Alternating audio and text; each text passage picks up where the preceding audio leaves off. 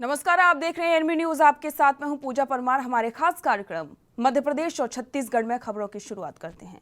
छत्तीसगढ़ के ग्राम बोयरझिटी पहुंचे सीएम भूपेश बघेल, जहां सीएम बघेल छत्तीसगढ़ मनवा कुर्मी क्षत्रिय समाज के पूर्व अध्यक्ष डॉक्टर रामकुमार सिरमौर की श्रद्धांजलि सभा में शामिल हुए।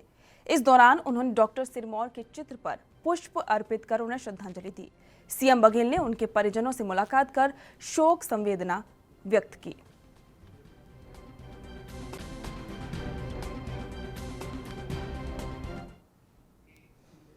छत्तीसगढ़ के सीएम भूपेश बघेल से उनके निवास कार्यालय में माटी कला बोर्ड के सदस्य बसंत चक्रधारी और फूलवंत राय प्रजापति ने मुलाकात की। इस दौरान माटी कला बोर्ड के सदस्यों ने सीएम बघेल को देश में सर्वश्रेष्ठ मुख्यमंत्री चुने जाने और उनके नेतृत्व में छत्तीसगढ़ को लगातार तीसरी बार देश का स्वच्छतम राज्य का राष्ट्रीय सम्मान प्राप्त होने पर बधाई दी और साथ ही कुम्हार समाज की ओर से मुख्यमंत्री को स्मृति चिन्ह भेंट कर सम्मानित किया गया।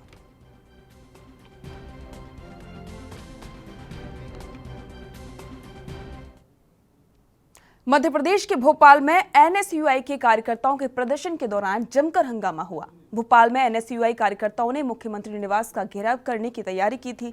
कार्यकर्ताओं की भीड़ जमा होते देख पुलिस ने रास्ते को ब्लॉक कर दिया, जिसके बाद एनएसयूआई के कार्यकर्ताओं ने जबरदस्ती पुलिस बैरिकेड पार करने की कोशिश की तो पुलिस ने भीड़ को खदेड़ने के लिए लाठीचार्ज कर दिया।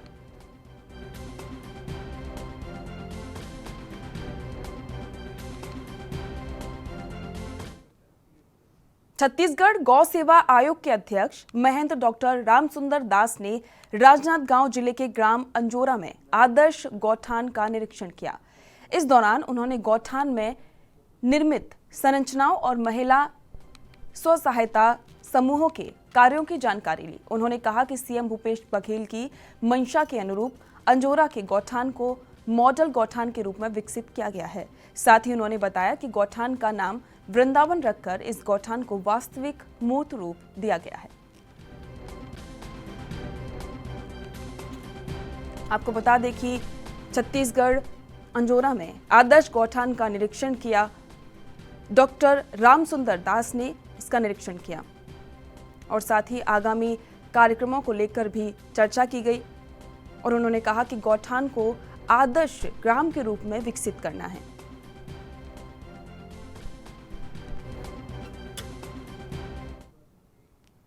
मध्य प्रदेश के गृह मंत्री नरोत्तम मिश्रा ने इंदौर में जिला प्रशासन और पुलिस अधिकारियों की बैठक ली। आपको बता दें कि 4 दिसंबर को महू के पाताल पानी में टंटिया मामा भील के कार्यक्रम को लेकर ये बैठक की गई। इस दौरान नरोत्तम मिश्रा ने कहा कि कार्यक्रम में करीब 1 लाख लोग आएंगे। 2 रथ यात्राएं निकलेंगी जो प्रमुख जिलों से धार और इंदौर से पाताल पानी पहुंचेंगी, जिसको लेकर नरोत्तम मिश्रा ने अधिकारियों को निर्देश दिए। आपको बता दें कि टांटिया मामा भील कार्यक्रम को लेकर तैयारियां शुरू हो चुकी हैं। इससे पहले सीएम शिवराज सिंह चौहान ने भी इसकी बात कही थी कि 4 तारीख को बहुत ही भव्य तरीके से एक कार्यक्रम का आयोजन होगा, जिसको लेकर अब गृह मंत्री नरोत्तम मिश्रा ने भी अधिकारियों के साथ मीटिंग की ताकि किसी भी तरीके की कोई समस्या ना हो।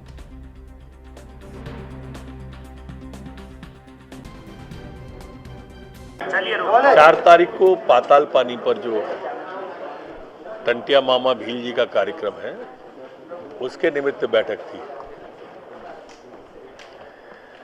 1 लाख से अधिक लोग आएंगे। 2 रथ यात्राएं निकलेंगी जो प्रमुख जिलों से होती हुई पहला पड़ाव धार होगा, जहां दोनों यात्राएं एक होंगी।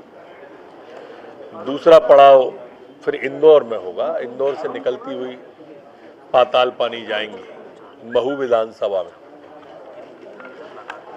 पूरा इंदौर के सभी लोग आत्मीय स्वागत उन दोनों यात्राओं का करेंगे। आज जबलपुर से, उस स्थान से जहां उन्हें फांसी दी गई थी, उस पवित्र माटी को लेकर वहां के प्रभारी मंत्री जी आने वाले हैं। गृह मंत्री नरोत्तम मिश्रा ने कांग्रेस नेता दिग्विजय सिंह पर पलटवार करते हुए तंज कसा है। उन्होंने कहा कि दिग्विजय सिंह कांग्रेस के नेता हैं और मैं बीजेपी का, इसलिए वो आरोप लगा रहे हैं। आइए आपको सुनाते हैं और क्या कुछ कहा मध्य प्रदेश के गृह मंत्री नरोत्तम मिश्रा ने। ने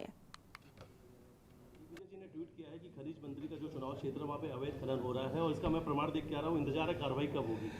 ये तो दिग्विजय सिंह कांग्रेस के नेता हैं, वो भाजपा के नेता पर आरोप लगाते रहते हैं हम लोगों पे आरोप। वो दिग्विजय सिंह जी इस बात का जवाब दें कि जब उनकी पार्टी के मंत्री, उस वक्त के वन मंत्री उमंग सिंगार ने उन पे आरोप लगाया था कि मध्य प्रदेश का सबसे बड़ा खनिज माफिया दिग्विजय सिंह है, शराब माफिया दिग्विजय सिंह है, उसका जवाब उन्होंने आज तक क्यों नहीं दिया? और उमंग सिंगार ने खंडन क्यों नहीं किया? जब वो उसका जवाब दे देंगे तो हम इसका दे देंगे।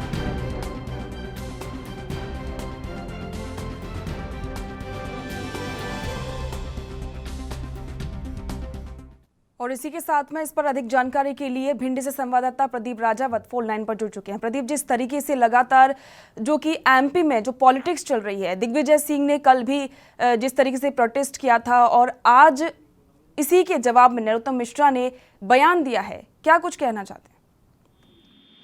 जी बिल्कुल, हालांकि मध्य प्रदेश में अभी आगामी 2023 में जो विधानसभा चुनाव होना है वो काफी लंबा समय है, लेकिन बात की जाए कांग्रेस और भाजपा की तो लगातार एक दूसरे नेताओं की ओर से बयानबाजी जारी है।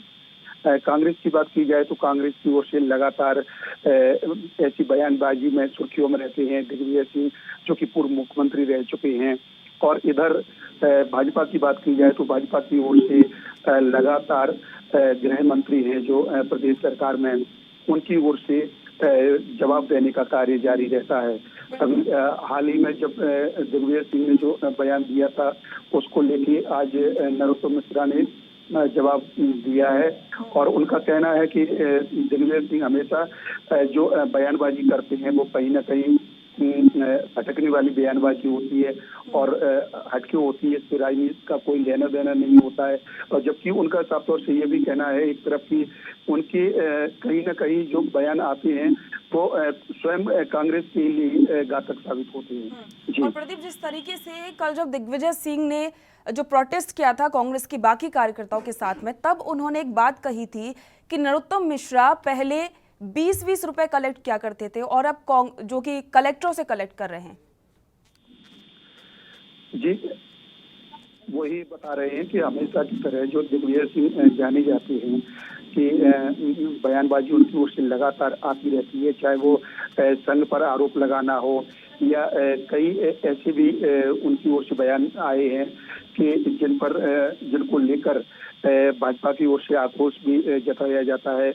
रही बात ये चंदा कलेक्ट करने वाली बात, तो शुरू से ये आरोप लगाते चले आए कि भाजपा सिर्फ चंदे की पार्टी है, चंदा करके यहाँ तक पहुंची है। और अब कहीं ना कहीं जो बड़े उच्च अधिकारियों की बात आ रही है, वसूली करने की बात आ रही है, तो इस पर स्वाभाविक है कि भाजपा की ओर से जवाबदेही बनती है और इसी को लेकर आज ये नरोत्तम मिश्रा का बयान आया है। जी, और जिस तरीके से आज भोपाल में भी एनएसयूआई के कार्यकर्ताओं ने जो प्रदर्शन किया है, कई सारे जो कार्यकर्ता इसमें शामिल थे, कई सारे मुद्दे थे, इसका क्या प्रभाव पड़ सकता है एमपी पर?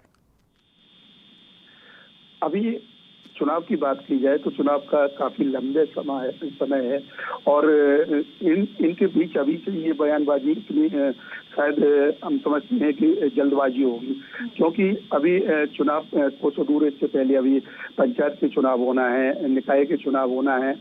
लेकिन ये जो बयानबाजी है वो राज्य स्तरीय है।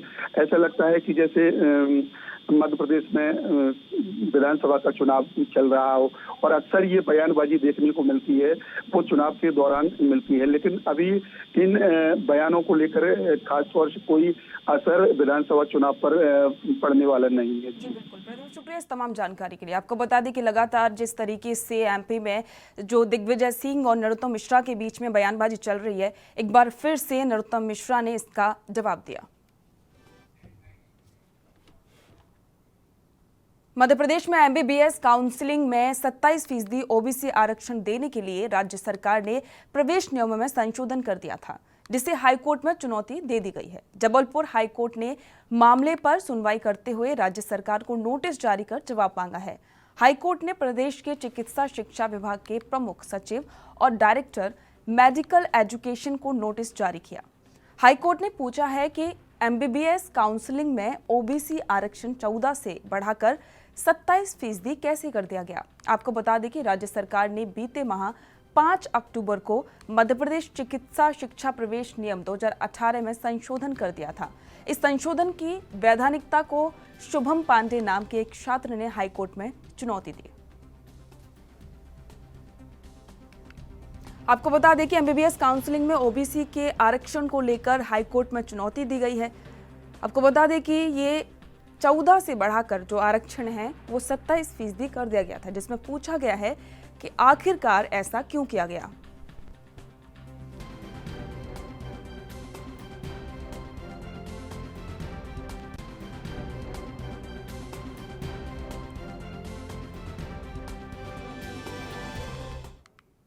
मध्य प्रदेश के उज्जैन के महाकालेश्वर मंदिर प्रबंध समिति की बैठक आयोजित की गई। बैठक में आगामी 6 दिसंबर से श्रद्धालुओं को गर्भगृह में पहले की तरह व्यवस्था दी जाएगी। आपको बता दें कि कोरोना महामारी के दौरान महाकालेश्वर मंदिर में प्रवेश को लेकर कई तरह के प्रतिबंध लगाए गए थे, जिसको अब सरकार ने हटा दिया है। अब मंदिर में कोरोना के पहले की तरह ही प्रवेश की अनुमति होगी। बैठक में कलेक्टर और मंदिर प्रबंध समिति के अध्यक्ष आशीष सिंह मौजूद रहे। आपको बता दें कि जिस तरीके से कोरोना महामारी आई थी उस वक्त जो भी महाकालेश्वर मंदिर में जो एसओपी जारी की गई थी उसको अब सरकार ने हटा दिया है, यानी कि अब गर्भगृह में भी जो श्रद्धालु हैं वो दर्शन कर सकेंगे, जबकि इससे पहले ये व्यवस्था नहीं थी।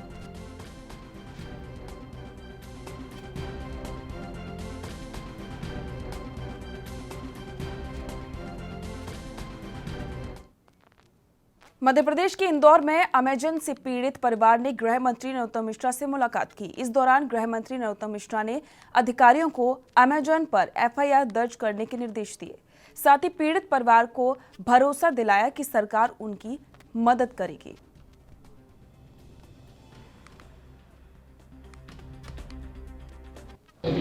जी, मैं गृह मंत्री से मिलने आया था और उनसे बाकायदा मुलाकात भी हुई मेरी, और उन्होंने मुलाकात कराया हमारी, और बाकायदा हमारे रुक के गृह मंत्री जी ने हमारे से काफ़ी टाइम बात भी करी और हमारे को दिलासा भी दिया कि बेटा आपका काम 101% होगा, ये मेरा वादा है। उन्होंने वादा दिया और ये काम मेरे को भरोसा है, मैं वादे का नहीं भरोसा है मेरे को कि गृह मंत्री हमारा काम अवश्य कराएंगे, और उन्होंने आदेश दे दिया है आगे हमारे सामने हाथों हाथ आदेश दे दिया कि इनका काम होना चाहिए। आपकी क्या मांग? जी, मांग कुछ भी नहीं, मैं तो ये चाहता हूँ कि उनका जो एफआईआर हो और उनके ऊपर कार्रवाई चालू हो जाए, बस ये मांग थी।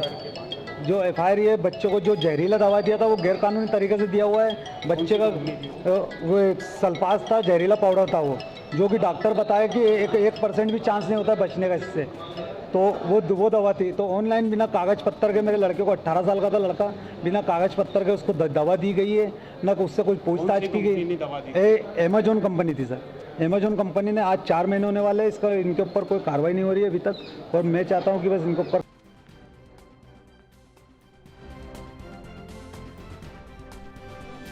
गृह मंत्री नरोत्तम मिश्रा से पीड़ित परिवार ने मुलाकात की और साथ ही अमेजॉन कंपनी पर एफआईआर दर्ज कराने की मांग की है और साथ ही कार्रवाई की भी बात कही है।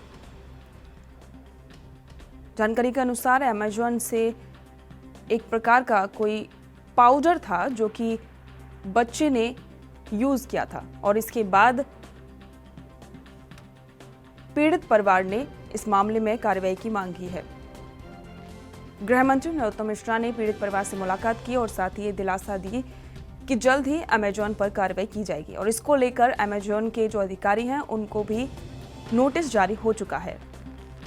और साथ ही गृह मंत्री ने कहा है कि अगर जल्द ही अमेजॉन के जो अधिकारी हैं वो नहीं आते हैं तो फिर अलग तरीके से उनको लाया जाएगा, यानी कि पुलिस की कार्रवाई की उन्होंने बात कही।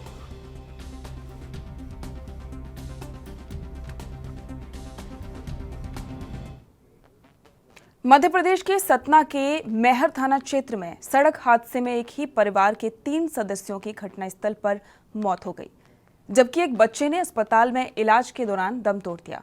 जानकारी के मुताबिक मैहर निवासी सत्यप्रकाश उपाध्याय अपनी कार से परिवार के साथ सतना लौट रहे थे कि तभी सामने से आ रहे ट्रक ने जोरदार टक्कर मार दी, जिससे कार चालक समेत 3 लोगों की घटनास्थल पर मौत हो गई, जबकि बेटे को इलाज के लिए अस्पताल में भर्ती कराया गया था। जहां उसने भी दम तोड़ दिया। जानकारी मिलने पर पुलिस ने मौके पर पहुंचकर ट्रक को कब्जे में लिया और ट्रक चालक को गिरफ्तार किया।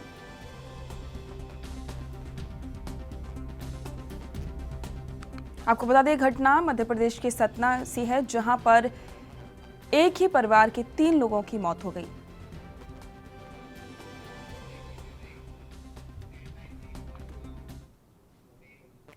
वक्त हो गया है ब्रेक का, जल्द लौटेंगे।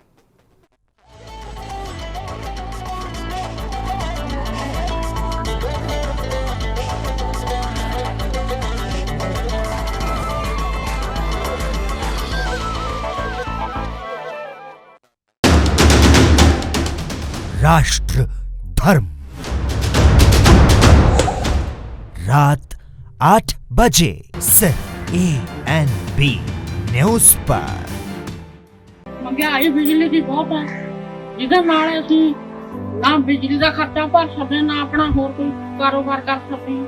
ਸਰਕਾਰ ਨੂੰ ਅਪੀਲ ਕੀਤੀ ਜਾਂਦੀ ਹੈ ਕਿ ਬਿਜਲੀ ਸਸਤੀ ਕੀਤੀ ਜਾਵੇ ਤਾਂ ਕਿ ਅਸੀਂ ਵੀ ਕੁਝ ਬਚਾ ਸਕੀਏ। ਲੋਕਾਂ ਦੀ ਸੁਵਿਧਾ ਲਈ, ਲੋਕਾਂ ਦੀ ਮੰਗ ਦੇ ਅਨੁਸਾਰ, ਲੋਕਾਂ ਦੀ ਸਰਕਾਰ ਦਾ ਸਹੀ ਫਰਜ਼ ਨਿਭਾਉਂਦੇ ਹੋਏ ਇੱਕ ਬਹੁਤ ਵੱਡਾ ਫੈਸਲਾ ਹੈ ਕਿ ਬਿਜਲੀ ਦੇ ਰੇਟ ਜਿਨ੍ਹਾਂ ਦਾ ਬਹੁਤ ਬੜਾ ਭਾਰ ਲੋਕਾਂ ਦੇ ਉੱਤੇ ਪੈ ਰਿਹਾ ਸੀ, ਉਸ ਦੇ ਰੇਟ ਹੈ 3 ਰੁਪਏ ਪ੍ਰਤੀ ਯੂਨਿਟ, 3 ਰੁਪਏ ਪ੍ਰਤੀ ਯੂਨਿਟ ਘੱਟ ਕਰ ਦਿੱਤੇ ਹੈ। ਟੀਐਮ ਚੰਨੀ ਜੀ ਦਾ ਬਹੁਤ ਬਹੁਤ ਧੰਨਵਾਦ ਜਿਨ੍ਹਾਂ ਨੇ ਬਿਜਲੀ ਸਸਤੀ ਕੀਤੀ ਹੈ।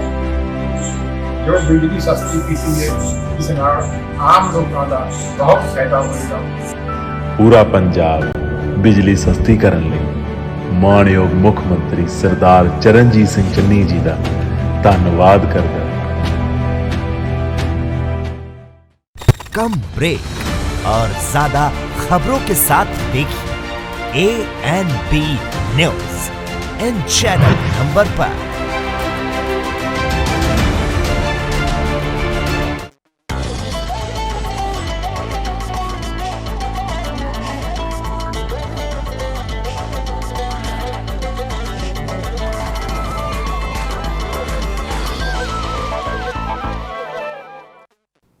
ब्रेक के बाद स्वागत है, बढ़ते अगली खबर की ओर। MP के जिला उज्जैन में प्रशासन की टीम जयसिंहपुरा पहुंची, जहां सड़क के चौड़ीकरण को लेकर मकानों को तोड़ना शुरू किया।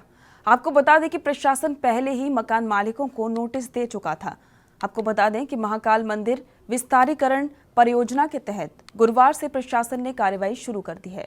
प्रशासन की टीम नगर निगम की टीम और पुलिस फोर्स के साथ पहुंची। नगर निगम कर्मियों ने मौके पर मकान तोड़ना शुरू कर दिए। प्रशासन ने त्रिवेणी संग्रहालय से चारधाम मार्ग को चौड़ा करने के लिए मकान मालिकों को पहले ही नोटिस दिए थे।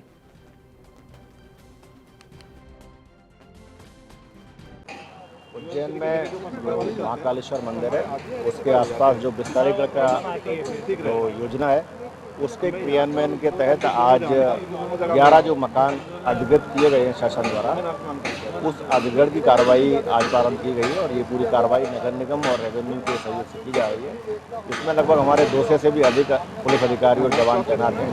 चारों तरफ के एरिया को सील किया गया है और ट्रैफिक को डाइवर्ट किया गया है ताकि जो हमारी कार्रवाई है वो सुचारू रूप से हो सके। जो महाकाल विस्तारीकरण योजना के अंतर्गत 11 भवनों को अधिग्रहित किया गया है। इन अधिग्रहित भवनों का विधिवत पूरा अधिग्रहण करने के उपरांत अवार्ड पारित किया गया है तथा ये राशि संबंधित मकान मालिक को वितरित की गई है। इनमें आज 10 मकान को हम लोग हटाने की कार्रवाई कर रहे हैं। एक मकान पे माननीय ऑनरेबल हाईकोर्ट का स्टे प्राप्त हुआ, इसे भी जानकारी तहसीलदार जी द्वारा अवगत कराई गई है। तो शेष मकान मालिकों को कल भी हमने समय दिया था, 3 दिन पहले भी समय दिया था कि जो आपका सामान है, आपकी चीज़ें वो हटा लें। काफ़ी कुछ लोगों ने हटा ली थी और बाकी की आज हटाने की कार्रवाई हमारे द्वारा पुलिस के सहयोग से, नगर पालिका के सहयोग से, MPB के सहयोग से आज संपादित की जा रही है। सर, लगभग कितनी राशि इनको दी गई है? राशि का अवार्ड मैं देख के बता पाऊंगा क्योंकि ये SDM साहब के द्वारा पारित किया गया था। उधर के जयसिंहपुरा की भी तोड़ा है जो महाकाल त्रिवेणी से लेकर चारधाम तक की स्थिति में लगभग 11 मकान वहाँ भी आते हैं। उन 11 मकानों को भी हटाने की कार्रवाई संपादित की जा चुकी है। वहाँ पर लोगों ने स्वेच्छा से ही हटा लिया था और उनकी भी हटाने की कार्रवाई संपूर्ण कर दी गई है। वो लगभग 24 मीटर के आसपास। सर, कुछ किराएदार ऐसे भी हैं मंदिर के सामने जो 70 सालों से यहाँ पर व्यापार कर रहे हैं। उनका कहना है कि हमें अभी तक लिखित में कोई आश्वासन नहीं दिया, सिर्फ हमें ऐसे ही हटा रहे हैं। बहुत सारी चीज़ें विधि अनुसार ही हम लोग संपादित करेंगे।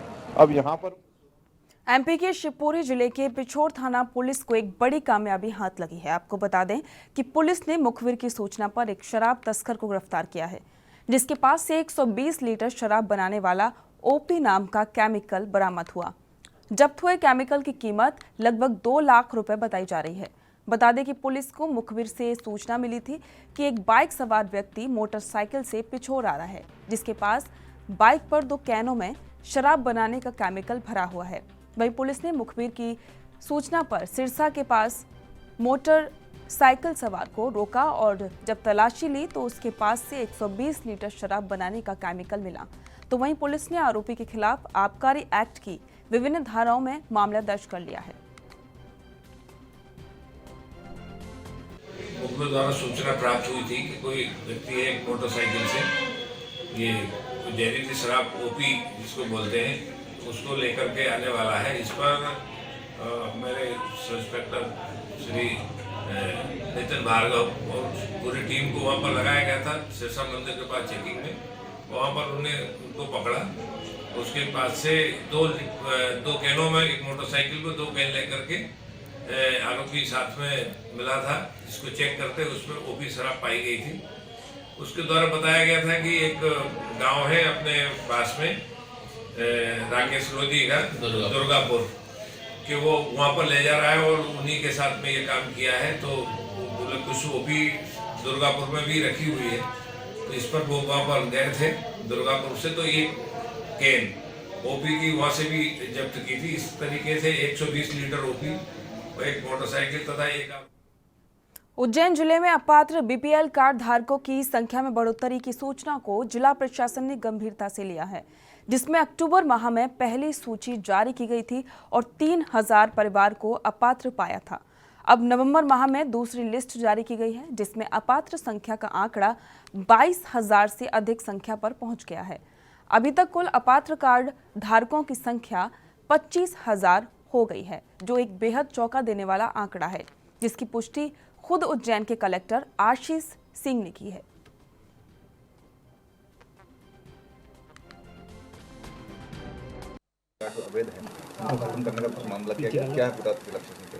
देखिए, हम लोगों ने जितने भी शहर के उज्जैन शहर के बीपीएल कार्डधारी हैं उनका एक सर्वे कराया था और एक प्रारंभिक सर्वे प्रकार का था, जिसमें हम लोगों ने 2-3 एक कारण दिए थे जिनके आधार पर बीपीएल कार्ड को निरस्त किया जा सकेगा। अगर उस व्यक्ति के पास में जिसका कार्ड बना हुआ है, उस परिवार के पास में अगर 2 मंजिला घर बना हुआ है पक्का है तो, या फिर अगर उसके घर पे कार पाई जाती है तो इन 2 दशाओं में, या फिर वो व्यक्ति अब जो है कहीं पर भी जो अपना पता है दूसरी जगह पर नहीं मिल रहा है। एमपी के उज्जैन की महाकाल घाटी पर एक स्मैक तस्कर ने अपने दोस्त पर ही गोली चला दी और वहां से भाग निकला। गोली की आवाज सुनकर मौके पर खड़े लोगों ने आरोपित को पकड़कर पुलिस को सौंप दिया, तो वहीं घायल की हालत गंभीर बनी हुई है। उपचार के लिए उसे इंदौर रेफर किया गया है। दरअसल रात करीब 9 बजे दोस्त शादाब बजाज ने फोन कर इम्तियाज को महाकाल घाटी के पास दयाल गेस्ट हाउस के सामने बुलाया था। जहां इम्तियाज पहुंच गया तो शादाब ने पिस्टल निकालकर उसे गोली मार दी। गोली सीधे इम्तियाज के पेट में जा लगी, जिसके बाद शादाब ने पिस्टल से इम्तियाज के सिर पर भी वार किया और वहां से भाग निकला। गोली की आवाज सुनकर कुछ लोगों ने इम्तियाज के पीछे दौड़ लगाई और उसे पकड़कर महाकाल की पुलिस को सौंप दिया। इम्तियाज नाम का युवक रेत वाले बाबा महाकाल घाटी के पास में थाना महाकाल क्षेत्र में बैठा हुआ था, जब तभी कुछ लोग आए और उन्होंने पिस्टल निकालकर उसको गोली से मारा है। अभी अपराध किया जाएगा पंजीबद्ध, अभी घायल है और अस्पताल में भर्ती है। किस प्रकार का बात सामने आ रहा है क्या? अभी विवेचना में आने के बाद में सारी स्थिति क्लियर की जा सकेगी, अभी कुछ भी चीज़ क्लियर। मध्य प्रदेश के रीवा जिले की जिला पंचायत जवा के गांव शतैनी का हाल बेहाल है। जानकारी के मुताबिक ग्राम पंचायत में भ्रष्टाचार व्यापक पैमाने पर व्याप्त है, लेकिन अधिकारियों ने सही जांच कर शासकीय राशि को गबन करने वाले आरोपियों के खिलाफ अभी तक कोई कार्रवाई नहीं की। आपको बता दें कि विद्यालय मरम्मतीकरण के लिए आई राशि का जिम्मेदारों ने गबन कर लिया। इसके बावजूद अधिकारियों ने भ्रष्टाचार में शामिल लोगों पर कार्रवाई नहीं की, जिससे अधिकारियों की कार्यप्रणाली पर प्रश्न चिन्ह लग गया है।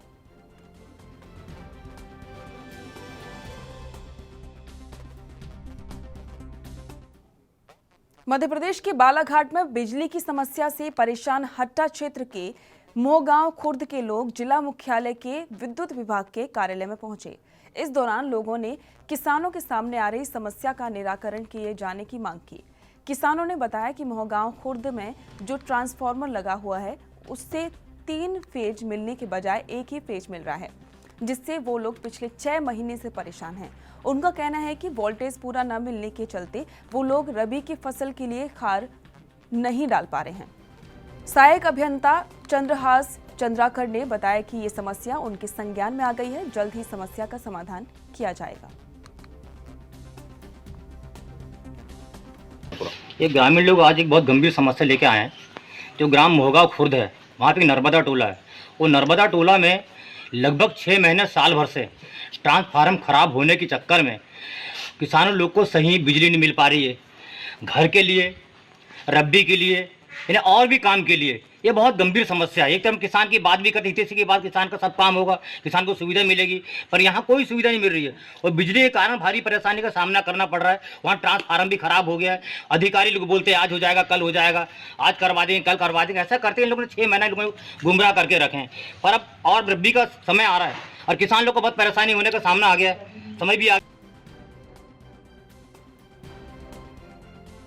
आपको बता दें कि किसानों के सामने बिजली की समस्या आ चुकी है और जिसको लेकर किसान बालाघाट पहुंचे, जहां पर अधिकारियों से उन्होंने मुलाकात की और साथ ही समस्या के समाधान की भी मांग की।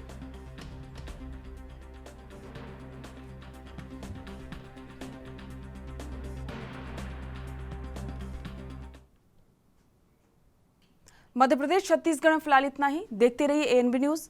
नमस्कार।